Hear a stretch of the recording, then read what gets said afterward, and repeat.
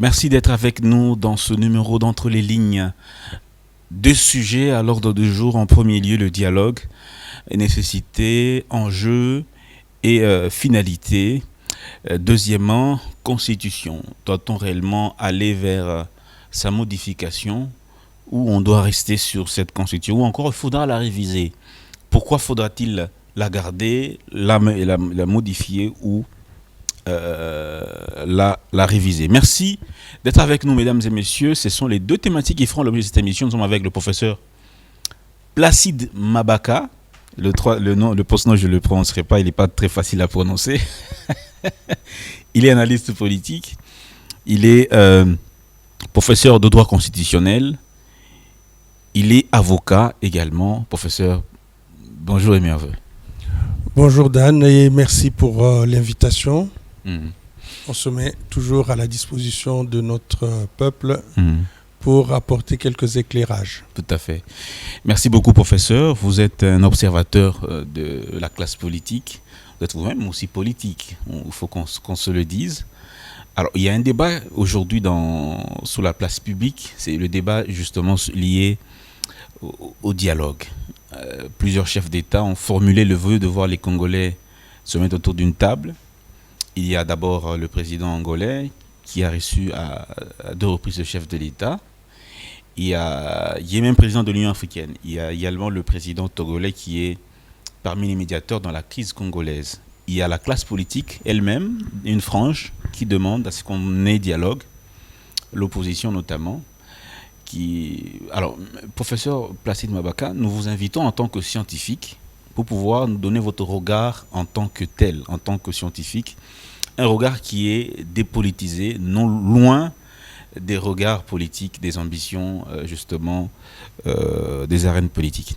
Professeur, quelle est votre lecture justement de ce dialogue que certains Congolais veulent organiser? On est dans le cadre d'une question effectivement d'actualité. Tout à fait. Ce qu'il faut dire, c'est que le dialogue, c'est dans l'ADN du Bantou, c'est dans l'ADN du Congolais. Et nous avons souvent résolu nos problèmes par ce que l'on peut qualifier aujourd'hui par dialogue, c'est-à-dire une forme de palabre, un échange pour trouver un compromis. Et ça, c'est tout à fait normal. Et si je prends le dialogue en ce sens-là, c'est-à-dire un forum qui permettrait d'échanger pour résoudre définitivement ce qui divise les uns les autres, là, je dirais que le dialogue est incontournable, surtout dans le contexte actuel. Et il faut remonter d'ailleurs depuis l'indépendance. Il y a toujours des dialogues, en commençant par la table ronde. Après, récemment, il y a eu la conférence nationale souveraine. C'est une forme de dialogue. Après, Sun City, ou que sais-je. Après, ça, ce sont des dialogues politiques. Le dialogue est un mécanisme qui n'a pas de fondement constitutionnel. Vous êtes constitutionnaliste. Justement, ça n'a pas de fondement constitutionnel, je vais y arriver. Mais je dis qu'aujourd'hui, dans le contexte d'aujourd'hui, étant donné la crise qui persiste, une crise qui est institutionnelle, qui est due justement à des considérations purement politiques, le dialogue devient incontournable. En revanche, la question que tout le monde devrait se poser, c'est de savoir, aujourd'hui, quelle est ou quelle sera ou quelle serait la finalité de ce dialogue. Parce qu'on a vécu beaucoup de dialogues. Et on revient toujours sur des dialogues. Il y a eu même des mini-dialogues. Le dialogue d'Edem Kodjo, le dialogue de, comment on appelle ça encore, les ententes de Saint-Sylvestre, ainsi de suite. Donc, on est toujours dans des dialogues, mais on ne résout jamais les problèmes. Mais avant d'aller à la finalité de ce dialogue, votre regard par rapport aux différents dialogues que nous avons eus politiques, quel est votre regard? Prenons particulièrement le dialogue de Saint-Sylvestre, par exemple. Mais le problème, c'est que moi, j'appelle ça simplement des ajustements politiques liés à des postes de pouvoir. C'est tout. Ajustements politiques. Ce sont des ajustements politiques. Pourquoi? Parce que ces dialogues-là n'intègrent pas le peuple congolais. Ce sont les dialogues des individus, des politiques, partis politiques si l'on veut, mais moi je dirais des individus. Même le dialogue de Sun City, ça n'intégrait pas le peuple. Pas du tout. Ouais. D'ailleurs, Sun City, mais il suffit de prendre la constitution de la transition, la constitution de 2003, et vous comprendrez bien, Sun City était représenté par ce qu'on appelait les entités d'une part et les composantes de l'autre. Vous voyez, il y avait dans les entités, je crois il y avait le gouvernement central et peut-être les, comment ça s'appelle encore, la société civile. La société civile, voilà. Je pensais mouvement citoyen, donc société civile, et les composantes, donc les belligérants, en fait, les rebelles. Oui. Tous ceux-là sont des belligérants, à part peut-être la société civile. C'était des belligérants. Donc c'était des gens qui se disputaient le pouvoir. D'où le pays était morcelé, il y avait des groupes armés. Oui. Et ce sont ceux-là, seuls, qui ont décidé de se réunir sans mandat du peuple. Ça pouvait se comprendre. Il n'y avait après aucune légitimité. Bon, je ne discute même pas de la question de l'échec. Moi, je suis simplement pragmatique. J'ai dit c'était nécessaire. Oui. Mais il fallait justement, une fois qu'on s'est réunis... Attendez, on est aussi à la télé. Vous dites que Sun City était nécessaire. Mais c'était nécessaire parce qu'il fallait quand même réunifier le pays. Il fallait que les belligérants s'entendent. Sinon, on était déjà dans un cadre d'implosion de l'État. Mais il fallait réunir ces gens-là. Il fallait trouver un cadre pour se parler. Une réussite. Quand je parle de nécessité, où c'était même indispensable, incontournable, parce qu'il fallait quand même trouver une solution. C'est là. En revanche, la manière dont ça s'est passé et les résultats qui s'en sont suivis, pour moi, c'est un échec total. La preuve, aujourd'hui, on demande encore un dialogue. Pourquoi ? Parce que à Sun City, on n'a pas réglé le vrai problème. C'est quoi le vrai problème ? Le vrai problème, c'est quel est notre vivre ensemble ? D'où venons-nous ? Où sommes-nous et où allons-nous ? À Sun City, qu'est-ce qu'on a fait ? Les résultats étaient là. 1 plus 4. Un président, 4 vice-présidents. Je venais encore de lire ici, avec le brassage dans l'armée. Aujourd'hui, si on n'a pas d'armée, entre guillemets, si on n'a pas une armée efficace, c'est lié au fait que, à tous les niveaux, même dans l'armée, il y avait un partage de pouvoir selon les obédiences, selon l'origine des composantes. Donc même dans l'armée... Au point où d'ailleurs, Laurent Nkunda Bouatouari, par exemple, qui était affecté pour diriger, je ne sais pas si c'est 9e, 8e ou 9e région militaire, je crois, c'est dans les Kasaï. Bon, il avait refusé d'y aller. Il avait refusé d'y aller. Vous voyez ? Or, si on était vraiment en vérité, et si on voulait résoudre le problème, on ne tiendrait pas compte de ces composantes-là. On aurait dit, voilà, maintenant, nous nous sommes entendus, essayons maintenant de remettre le pouvoir entre les mains du peuple en choisissant des délégués, le peuple qui aurait élu des délégués, pour justement l'adoption d'une nouvelle constitution. On aurait consulté le peuple pour savoir quelles étaient ses attentes. Et il n'y a pas eu de référendum ? Non, le référendum, excusez-moi, c'est une forme d'arnaque, c'est en aval. Moi, au début, je parle de l'élaboration. Or, la Constitution de 2003 a attribué cette mission, la Constitution de la transition, à qui ? À une commission du Sénat, lequel Sénat était composé, on a le texte ici, l'article 104, lequel Sénat était composé de qui ? Des délégués des composantes et entités. Vous voyez ? Donc, voilà. On dit bien, l'article 104, sans plus des autres, le Sénat exerce une mission de médiation des conflits politiques entre des institutions. Alinéa 2, il est chargé d'élaborer l'avant-projet de constitution à soumettre au référendum. Et quand vous lisez le préambule de cette constitution, on vous dit, c'est qui ? C'est pas la constitution justement du peuple congolais, on dit, nous, délégués des composantes et entités au dialogue inter-congolais. Et qui était membre du Sénat ? C'était des délégués, des entités et des composantes. Donc ce sont ceux-là qui ont décidé d'élaborer cette constitution. Le peuple n'a été associé, si l'on peut admettre qu'il a vraiment été associé, qu'en amont. Attendez, soyons logiques. Je ne vous ai donné aucun mandat. Vous allez, vous agissez, vous faites ce que vous voulez, et vous venez demander, même pas mon avis, vous venez me demander d'avaliser ou de valider ce que vous avez fait. Sur quelle base? Qu'aurait été mieux dans ces contextes-là? C'est justement, j'y viens, sur juste la finalité du dialogue actuel. Oui. Il ne suffit pas de réunir les politiques et dire que voilà, aujourd'hui, on va construire un nouveau gouvernement, on va se partager le pouvoir. D'autant que la Constitution ne prévoit même pas le dialogue. Sur quelle base on va organiser ce dialogue? Je sais qu'il y a un mécanisme juridique, j'y arriverai. Oui. Mais il faut se demander. Aujourd'hui, on aura un nouveau gouvernement issu de ce dialogue, parce qu'il faut aboutir à des solutions. Mais quelle sera la légitimité, en quelque sorte, de ce gouvernement? Mais entre-temps, vous dites que ce dialogue-là est une nécessité. Exactement. D'autre part, vous dites que ce dialogue ne va pas avoir la légitimité populaire. Non, non, ce n'est pas ce que j'ai dit.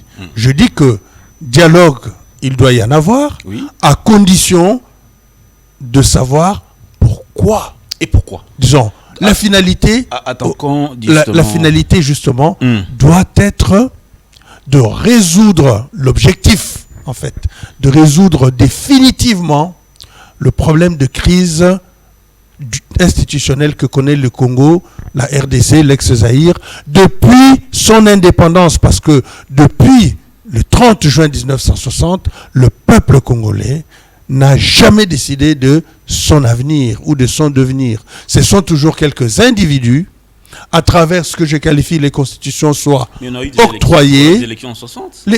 Le problème, justement, c'était sur quelle base? Sur base de la loi fondamentale. Des élections. Non, les élections ne sont pas c'est pas un gage, pardon, de démocratie. Parce que partout vous avez des élections. C'est un pilier de la démocratie. Non, je n'ai pas dit que c'est pas un pilier. Mais c'est pas un gage de la démocratie et du bon vivre ensemble. Mais encore faut-il qu'il y ait des véritables élections. OK? Et encore faut-il... Le tout, c'est de monter à la source. Okay? Vous voulez dire qu'on n'a jamais eu d'élection Non, je n'ai pas dit qu'on n'a pas eu d'élection. Je peux vous montrer. Depuis 2006, par exemple, on a organisé des élections sous la Constitution de 2006. Oui. Et vous verrez que toutes les élections, je dis bien, depuis 2006, toutes, surtout présidentielles, ont toujours été contestées. Première élection, il y a eu la guerre ici à Kinshasa entre les groupes ou les défendeurs ou les défenseurs de Jean-Pierre Bemba et ceux de Kabila. Oui. Ici à Kinshasa, il y a eu la guerre ici.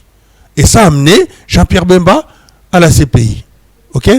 2011, feu le président Etienne Tshisekedi avec Joseph Kabila. N'est-ce pas? Et les deux ont prêté serment chacun à son tour. 2018, la vérité des urnes, ça continue jusqu'à aujourd'hui. OK? 2023, c'est pareil. Donc, l'institution président de la République, institution garante de la stabilité des institutions, n'est-ce pas? Garant de la souveraineté du peuple. OK? Cette institution a toujours été contestée. Or, il n'y a pas une autre institution plus stable que l'institution président de la République. Si nous avons ces... Donc, les élections ne garantissent rien. La preuve, il y a eu des élections en 2023, n'est-ce pas? Contestées. Et aujourd'hui, on a quoi? AFC, M23, ainsi de suite. Qu'est-ce qu'ils disent? Le pouvoir de Kinshasa n'a aucune légitimité. Il y a eu des fraudes électorales. Il y aurait ceci, cela. Après, il y a d'autres raisons. Vous voyez? Des élections ne garantissent rien. Parfois, il vaut mieux ne pas avoir d'élections et les organiser en temps utile, au bon moment, que de se précipiter, d'avoir des élections à tout moment qui vont nous amener justement à des désordres, à l'insécurité sociale, comment dirais-je, une instabilité institutionnelle que l'on vit depuis 2006, pour parler de la Constitution actuellement en vigueur, pour ne pas remonter. Mais la crise date de 90. La crise date de 90, mais justement, puisque ce problème l'a également posé dans le préambule de la Constitution actuelle, vous relevez le fait que ce problème-là n'est toujours pas résolu, malgré la volonté d'aller justement à ces élections. Mais entre-temps, l'idée ou la question que chaque Congolais se poserait, c'est de savoir, étant donné que le constat avait déjà été fait en 2003-2002, après Sun City, aujourd'hui vous faites le même constat que c'est parmi les causes de ce problème-là que nous rencontrons. Mais alors, à votre avis, quelle peut être la formule magique? Non, le problème, c'est de se poser les bonnes questions et de trouver des bonnes solutions. Oui. C'est pour ça que j'ai dit, dialogue oui, mais pourquoi? Oui. C'est ça. Si c'est pour se partager le pouvoir, moi je dirais, ça ne vaut pas la peine. Ok? Parce qu'on va tomber toujours dans la même gangrène. Ou dans la même rengaine, si vous voulez. Donc il y aura la gangrène qui sera là. Donc on ne résoudra rien du tout.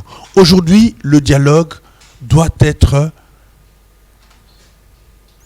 comment dirais-je, l'occasion de se mettre ensemble et de crever l'abcès. Oui. De se dire, comme on a dit en 2011, vous voyez, en 2011, le préambule de la révision de la Constitution de 2011 dit qu'on s'est rendu compte, je résume, que beaucoup de choses, en fait, les institutions ne fonctionnaient pas bien. Il y a des choses qu'on n'avait pas prises en compte, il y a des questions qu'on n'avait pas prises en compte, et il était temps maintenant de les intégrer. Mais depuis la révision 2011, le même problème subsiste. Le même problème subsiste. Parce que, qu'est-ce qui détruit ce pays? Qu'est-ce qui détruit ce pays? Qu'est-ce qui détruit ce pays? C'est l'instabilité des institutions. Et l'instabilité des institutions est due à quoi? À ce que on n'a pas suffisamment réfléchi sur, comment dirais-je, la manière dont on peut ramener le Congo à être un véritable État uni, n'est-ce pas, à travers son peuple. En fait, l'unité, la cohésion nationale dont on arrête de parler. Comment la rendre viable, comment la rendre effective? C'est quoi le lien entre les élections et l'unité nationale? Bah, attendez. Aujourd'hui, pour qu'il y ait élection, il faut déterminer un mode de scrutin. N'est-ce pas? Bon. Voyons ce que nous dit notre Constitution. Vous allez me dire quel lien entre cette disposition et l'instabilité. Regardez. L'article 78 de la Constitution actuellement en vigueur prévoit que le président nomme le Premier ministre, qui est le chef du gouvernement, au sein de la majorité parlementaire. Bon, le reste, c'est pas très important. Oui. Après consultation de celle-ci. Oui. Tout de suite après l'alinéa 2, on dit, si une telle majorité n'existe pas. Ok? Oui. Si une telle majorité n'existe pas. Et en s'appuyant sur cet alinéa 2, la loi électorale a prévu le fait qu'une telle majorité ne puisse jamais exister. Parce que le mode de scrutin qui a été retenu ici, qui vise justement à atomiser de voix, qui privilégie justement la prolifération des partis politiques, c'est le scrutin, c'est la proportionnelle. Ici, on a retenu au plus fort reste. Mais c'est ce que j'ai dit, c'est la loi électorale. Oui. La loi est tirée de quoi? La loi électorale, c'est une loi d'application, c'est une mise en œuvre. Comment voulez-vous organiser les élections s'il n'y a pas de loi électorale? J'en viens, je parle du mode de scrutin. Mais il faudra nécessairement toucher à la Constitution. Mais bien évidemment, parce qu'au fond, c'est quoi? Le mode d'élection est très important. Ok? Le scrutin, pardon. Le mode de scrutin est très important. Oui. C'est ce qui permettra que vous ayez une majorité ou que vous ayez une coalition majoritaire. Oui. J'en viens, oui. Tout doucement. Si vous avez un scrutin uninominal majoritaire à 1 tour ou à 2 tours, vous allez quasiment effacer tous les petits partis qui ne servent à rien, parce que là, vous devez dégager tout de suite une majorité. OK? Vous aurez peut-être 2, 3, 4, max peut-être 5 partis. Et moi, ce que je préconise pour qu'on ait une majorité tout de suite, c'est le scrutin majoritaire uninominal à 1 tour. Donc, celui qui est là, il gagne. Et donc, vous allez voir que beaucoup de partis vont disparaître. Aujourd'hui, on est aux dernières élections, 910 partis. On a plus de 1200 partis politiques dans un pays de 100 millions d'habitants ou 120 millions, peu importe. OK? Et quels sont ces partis? Quelle est leur idéologie? Que font ces partis au quotidien? C'est le djallélisme. Voilà. Il n'y a aucune éducation. Et il y a des partis qui sont composés des papas, mamans, ainsi de suite. La preuve, vous n'avez qu'à voir au niveau des assemblées, que ce soit Assemblée nationale ou Sénat, qui sont les suppléants des candidats. Pour ne pas les citer, il y a certains, ils sont élus députés, ils veulent tout de suite devenir ministres. Il y en a même qui ont pleuré pour être nommés ministres parce qu'ils auraient battu campagne pour le président de la République et qu'ils n'auraient pas été récompensés. Et après, une fois nommé ministre ou mandataire ou que sais-je, qui vient derrière? C'est le fils, c'est l'épouse, c'est la nièce, c'est ceci, cela.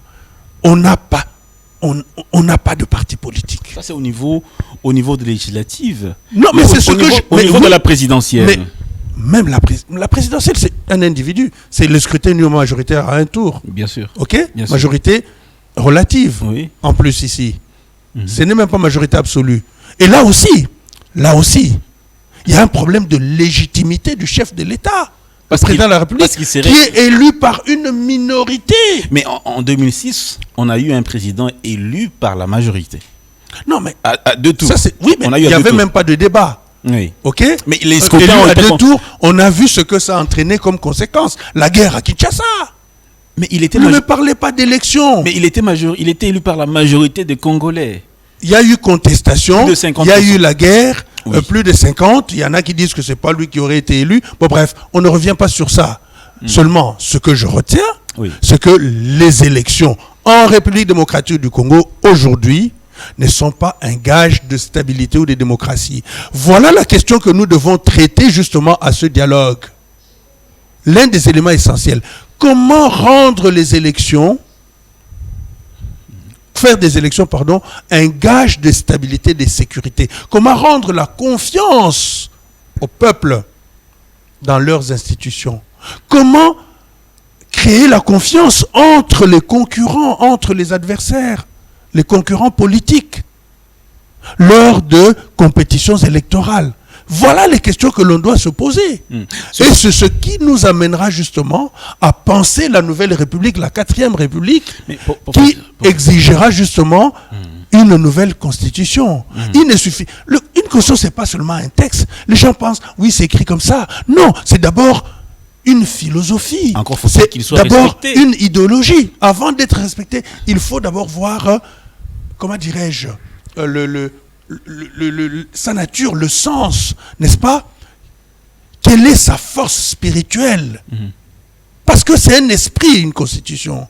Quelle est sa force spirituelle? Qu'est-ce que vous lui insufflez comme force spirituelle? Beaucoup pensent que cette constitution, si elle venait d'être changée, elle va ramener le compteur à 0. Et alors? Non seulement... Non seulement le chef de l'État qui est là aura l'occasion de rempiler, mais aussi celui qui organise l'élection, généralement, ne les perd pas. Ça n'a rien à voir, c'est un faux débat. Parce que justement, lors de cette discussion, on peut définir les critères justement pour ce recomptage à 0. C'est une question de s'entendre. Si on dit que tout le monde peut se présenter, pourquoi vous allez empêcher celui qui est là de pouvoir postuler s'il le veut? En revanche, si l'on convient et qu'on dit que ceux qui ont déjà exercé le pouvoir, par exemple, ne peuvent pas concourir immédiatement, ils pourront peut-être revenir après. Après, il y a d'autres conditions. Ça peut être l'âge, ça peut être, comment dirais-je, la formation, l'expérience professionnelle. Tout cela doit faire l'objet d'un échange, d'un débat, et non pas commencer à dire oui, ça va remettre les compteurs à zéro. Mais c'est normal que ça remette les compteurs à zéro. On a suivi beaucoup de constitutionnalistes également, comme vous, qui disent qu'il n'y a aucun mécanisme qui permet à une constitution, aucun mécanisme juridique qui permet à une constitution d'être dissolue ou d'être refaite. Qui a dit ça? C'est du n'importe quoi. Est-ce que vous pensez qu'une constitution peut prévoir son propre changement? Disons, ou sa propre dissolution? Mais non. Tout peuple, c'est un droit fondamental d'un peuple. Tout peuple est libre de revoir, de réformer, et voire de changer sa constitution. Tout peuple est libre. Si on dit que le peuple est souverain, il est souverain. On n'a pas besoin de mettre ça dans la Constitution. Tout ce qui est dans la Constitution n'est pas foncièrement, si je puis me permettre, pour un Angola comme ça, n'est pas constitutionnel, et tout ce qui est constitutionnel n'est pas dans la Constitution. Ok? Bon, bref, c'était une formule pour... Mais ce qui est important, c'est de se dire qu'aujourd'hui, le peuple qui a fait peut toujours défaire. Et là, j'en viens à ce que vous n'avez pas dit, mais qui est sous-entendu, au fameux article 220. Oui, l'article 220, c'est une limite constitutionnelle seulement au pouvoir qu'on appelle en droit constitué, au pouvoir de révision, c'est-à-dire le Parlement. Ok? Ce n'est pas une limite au pouvoir constituant originaire qui est censé être le peuple. Et d'ailleurs, là-dessus aussi, qui est le constituant de cette constitution? On me dira le peuple. Mais la procédure n'a pas été respectée. Elle est biaisée. Elle est biaisée. Cette constitution, c'est une constitution, comme je peux le qualifier, d'handicapée et une constitution handicapante. C'est une constitution handicapée. Elle est née avec des malformations. Elle est née avec des malformations. C'est pas ce que dirait le professeur Mbata. Mais chacun peut dire ce qu'il veut. Moi, je dis ce que je sais. Pourquoi? Non seulement par le texte, mais la pratique constitutionnelle depuis bientôt 20 ans. Le 18 février, cette constitution aura 20 ans. 20 ans. L'âge de 20 ans. En 20 ans, dites-moi, de façon objective, qu'est-ce que cette constitution nous a apporté en stabilité? Or, tout le monde dit que quand ceux qui sont... le régime actuel était dans l'opposition, on disait, touche pas à ma constitution, n'est-ce pas? Oui. Ce n'est pas la constitution qui pose problème. Et maintenant, quand ils sont au pouvoir, ce sont les autres qui disent, touche pas à ma constitution. Ce n'est pas la constitution qui pose problème, ce n'est pas la constitution qui empêche de faire ça. Mais si, la constitution aussi empêche, parce que même les politiques eux-mêmes n'ont pas encore intégré, je dis bien, l'esprit, en fait, la force spirituelle. Comment éviter que toutes les réformes que vous proposez demain ne soient pas également violées pour tomber dans les mêmes vices? Mais c'est ce que je dis. Nous devons discuter. Mais aussi intervient. Non, la volonté de l'homme. C'est-à-dire, nous devons changer de système. Nous devons insuffler un nouvel esprit. Comment? Oui. Mais nous n'avons pas adopté une constitution, mais nous allons établir, n'est-ce pas, et installer une constitution. Spirituellement, ce n'est pas la même chose. Quelle constitution voudrez-vous? Qu'est-ce qu'il faudra nécessairement changer, en dehors de ce que vous aviez dit? Il faut tout changer. Tout. À part ce qui concerne les droits de l'homme, d'ailleurs, qui sont, de toute façon, c'est universel, ça n'a rien de spécial. On peut les trouver partout. Et on n'a même pas besoin de les proclamer parce que les droits de l'homme sont les droits naturels. Ok? On n'a pas besoin de les proclamer. Les droits fondamentaux de l'homme ne sont pas des droits qui sont reconnus par l'État. Ce sont les droits qui nous viennent de la nature. De par notre existence en tant qu'être humain, nous avons ces droits-là. Et l'État est obligé, parce que l'État finalement c'est quoi?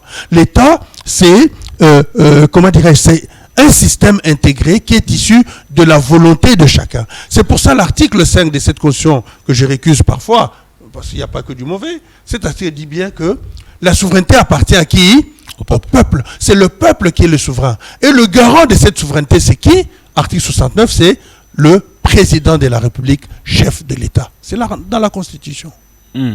Okay? Oui, mais... Donc, celui qui a fait, il peut décider à tout moment. Aujourd'hui, vous achetez une maison. D'accord? C'est vous qui avez acheté, vous êtes le souverain.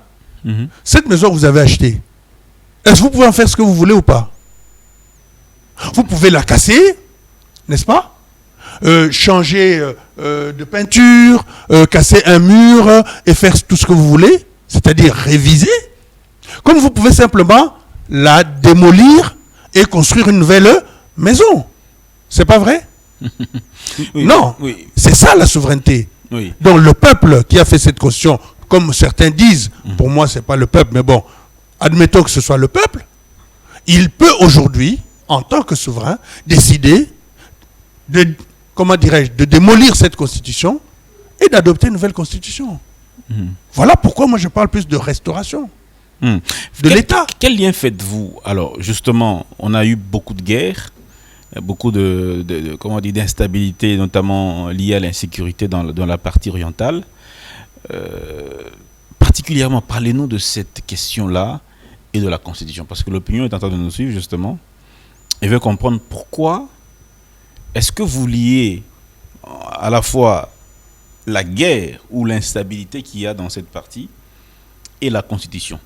En quoi la Constitution favorise-t-elle justement cette question? Mais je l'ai dit, à partir du moment où cette Constitution est l'émanation de la volonté des entités de composantes à Sun City, voilà pourquoi d'ailleurs j'ai toujours qualifié ça la Constitution des belligérants.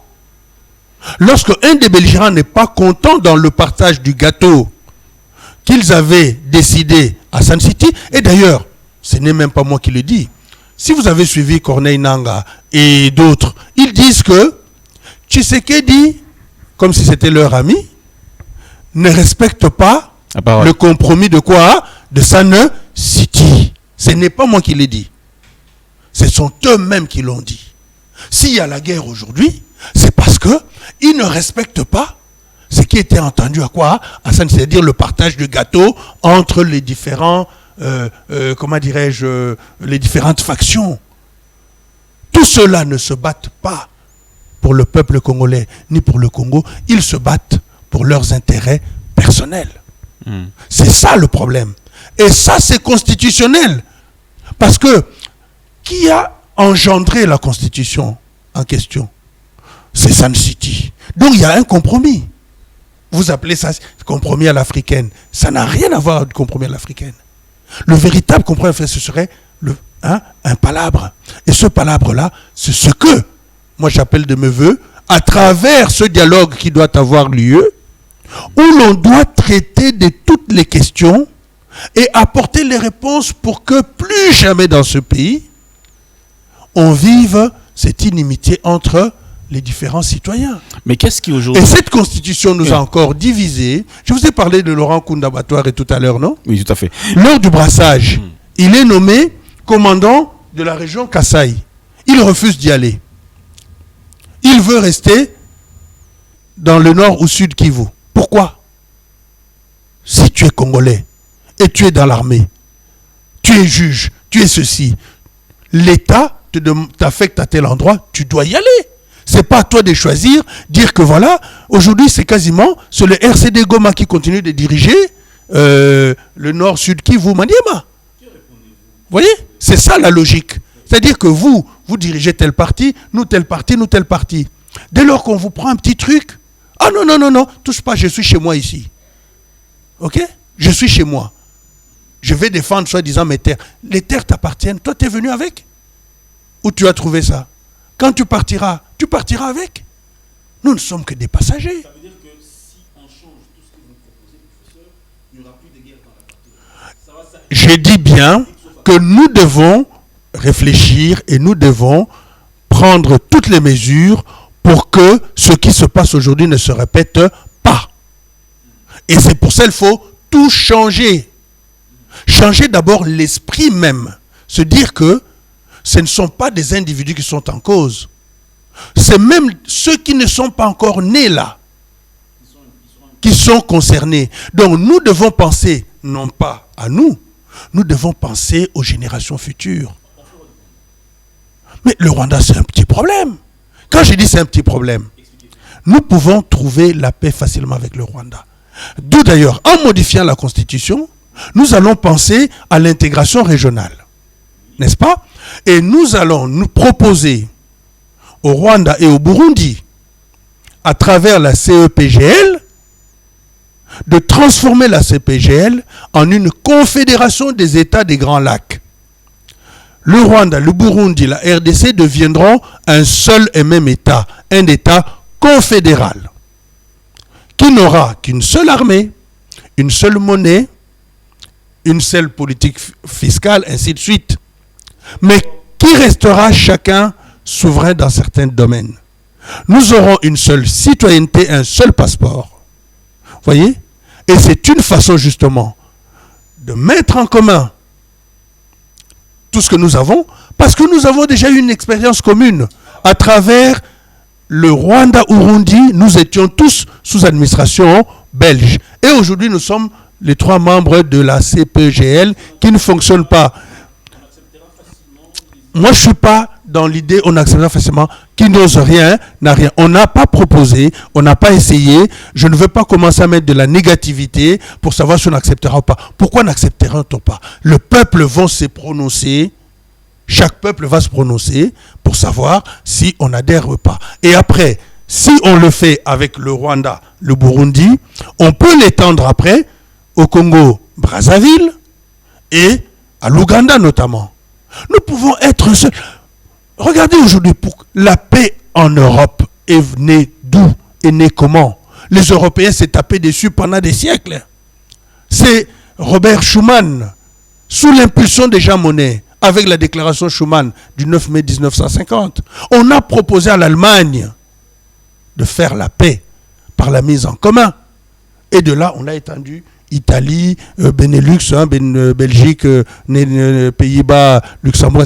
On a créé l'Europe des 6. À travers quoi? 2 énergies, le charbon et l'acier. Aujourd'hui, il y a les accords de Washington. On vous parle d'intégration régionale. Mais saisissons l'occasion. Nous proposons quelque chose que d'attendre que les Américains nous disent ce que l'on doit faire. Dans ce pays, il y a des gens qui ont des idées. Dans ce pays, il y a des gens qui ont pensé. Et ailleurs, on peut ramener et stabiliser définitivement notre région, les Grands Lacs, où on ne va plus avoir de guerre. Il suffit de retirer des armées à un chacun, il n'y aura plus de guerre. Que dire de ce qu'on appelle les tireurs des ficelles, notamment, on parle d'une guerre de minerais qui est orchestrée par les multinationales, qui en tirent profit par cette exploitation des ressources naturelles. On fait comment dans cette région, qui est également une région où le chômage bat son plein et les jeunes sont plus les proies de ces groupes armés qui leur proposent mondes et merveilles? Le contexte n'est pas beaucoup plus différent. Mais, non, pas du tout. Si aujourd'hui, il y a tout ce que vous dites là, chômage, manipulation des multinationales, c'est parce que nous sommes divisés. C'est parce que nous sommes divisés. Je ne sais pas si c'est le cas à vérifier. J'ai cru comprendre que Donald Trump, le président Donald Trump à Davos, a dit si les Congolais eux-mêmes ne se prennent pas en charge, je résume, hein, ce n'est pas la communauté internationale qui va le faire pour eux. Dans ce pays, on ne peut pas avoir du chômage. Ce pays doit être un pays de plein emploi. À regarder seulement Kinshasa ici. Kinshasa, personne ne devrait manquer du boulot. Personne ne veut manquer de travail. Personne. Le problème, c'est quoi? Non, c'est quoi? Le gros problème, c'est que c'est un problème de priorité et problème surtout de gouvernance. Pour ne pas parler dans une certaine mesure, comment dirais-je, de mauvaise analyse, pour ne pas dire certains mots. Vous voyez? Non, je parle de gouvernance de façon générale. Je n'ai pas dit que le Congo est mal gouverné. Quand je parle de gouvernance, je ne parle pas du gouvernement national. Je parle d'un tout global. D'un tout global. Regardez les instabilités qui existent au niveau des provinces. Depuis qu'on a des provinces, on a installé de nouvelles provinces. Dites-moi, vous savez, un État, c'est comme un corps. Lorsqu'un membre du corps souffre, c'est l'ensemble du corps qui souffre. Il ne peut pas y avoir une institution qui peut mieux fonctionner que les autres si beaucoup d'institutions... Mais l'impulsion doit partir de la tête, bien sûr. Ici, c'est le président de la République qui est le garant de la souveraineté nationale. Mais nous avons vécu FCC Cash, n'est-ce pas? FCC Cash. Il y a eu implosion. L'impulsion donnée par le président de la République n'a pas été reçue et suivie par le gouvernement qui était du FCC. C'est qui nous a amené au divorce et donc à la mise en place de l'union sacrée. Et maintenant, même dans cette union sacrée, pour moi, c'est une union qui n'est que de façade. Je ne parlerai pas de cette union, mais elle est de façade. Parce qu'au fond, regardez seulement l'organisation même de cette union sacrée. Avec un présidium d'une quarantaine de présidents. Comment peut-on décider? On doit la changer. On la changera qu'on le veuille ou non. Ok? Si pas aujourd'hui, ça sera demain ou après-demain. On est obligé. On est obligé. Ceux qui disent c'est pas le moment, c'est la priorité. Parce que c'est l'une des priorités, c'est de penser l'après 2028. Les gens ne pensent qu'aux élections. On n'a pas besoin d'élections en 2028. Je suis désolé. On a besoin de stabiliser d'abord notre État, de décider à travers ce dialogue de ce que l'on fera justement après 2028, quitte à organiser les élections en 2030. Mais tant qu'on n'a pas résolu les véritables problèmes qui gangrènent notre pays, les élections ne changeront rien. Ça ne changera rien du tout. On va juste changer de personne. Voilà, c'est la politique de ôte-toi de là que je m'y mette. Et c'est ça qui gouverne justement, innerve un peu les politiques congolais. Nous allons, justement, j'arrive. Et comment y arriver? Nous allons y arriver parce que je qualifie, disons, c'est même pas moi, le doyen Louis Favoreux, paix à son âme, qui est mon mentor, un de mes mentors, a qualifié de ce qu'on appelle la constitution dérogatoire. Autrement dit, pour que l'on fasse ce dialogue, il faut qu'on mette entre parenthèses la constitution actuelle. On ne va pas l'appliquer telle qu'elle. J'arrive. Non, les institutions ne tombent pas. Le président de... Attendez, j'arrive. Le président de la République reste la seule institution. Mais je vous dis, on est dans une constitution dérogatoire. Parce que d'abord, ce n'est pas la première fois, ça s'est déjà fait. En 2016, il y a eu un glissement. Saint-Sylvestre, c'est quoi? Sur quelle base on a organisé Saint-Sylvestre? Sur quelle base le président Kabila est resté jusqu'en 2018? Mais non, je n'ai pas dit non, je ne dis pas que là, on va changer. J'ai dit, on organise justement le dialogue dans le cadre de cette constitution dérogatoire. Et dans le cadre de cette constitution dérogatoire, on doit aboutir à l'idée que, comme à la CNES, n'est-ce pas, que l'objectif c'est quoi?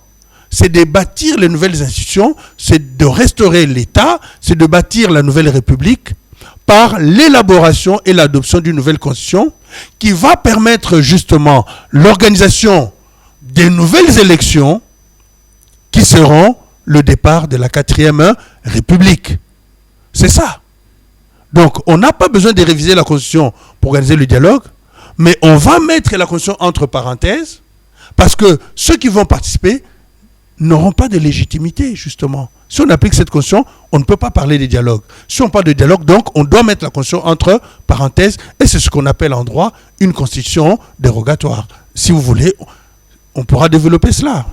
Une Constitution dérogatoire, ce sont des notions que peut-être beaucoup découvrent, beaucoup de personnes qui nous suivent, qui sont en train de découvrir un peu le professeur Placide Mavaka dans cette émission.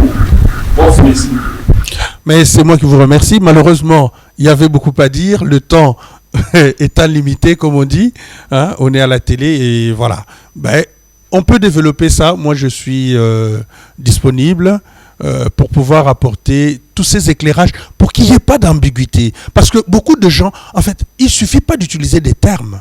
Encore faut-il savoir ce qu'on met derrière les mots. Tout le monde parle de constitution, tout le monde parle de dialogue, tout le monde parle de ceci, mais nous n'entendons pas tous la même chose. C'est pour ça qu'il faut qu'on s'entende. Il faut qu'on s'entende. Le dialogue est une nécessité. C'est indispensable, c'est incontournable. C'est un impératif. Mais bien évidemment, mais on ne peut pas faire la paix sans son ennemi. Je ne dis pas que nos frères qui sont là sont nos ennemis. Mais c'est une expression. Merci beaucoup, professeur Placide Nambaka. Bon, merci également à tous les téléspectateurs qui suivent ou qui vont suivre cette émission. On espère que vous allez vous retrouver dans ce que le professeur a dit. Vous pouvez aussi ne pas vous retrouver, tout dépend. Mais le professeur également reste ouvert pour des échanges d'idées. Si vous êtes partant, il est là pour pouvoir échanger avec vous. Merci énormément. Liberté d'expression oblige, chacun a cette latitude-là de pouvoir réfléchir. Merci énormément. Portez-vous bien et à très bientôt.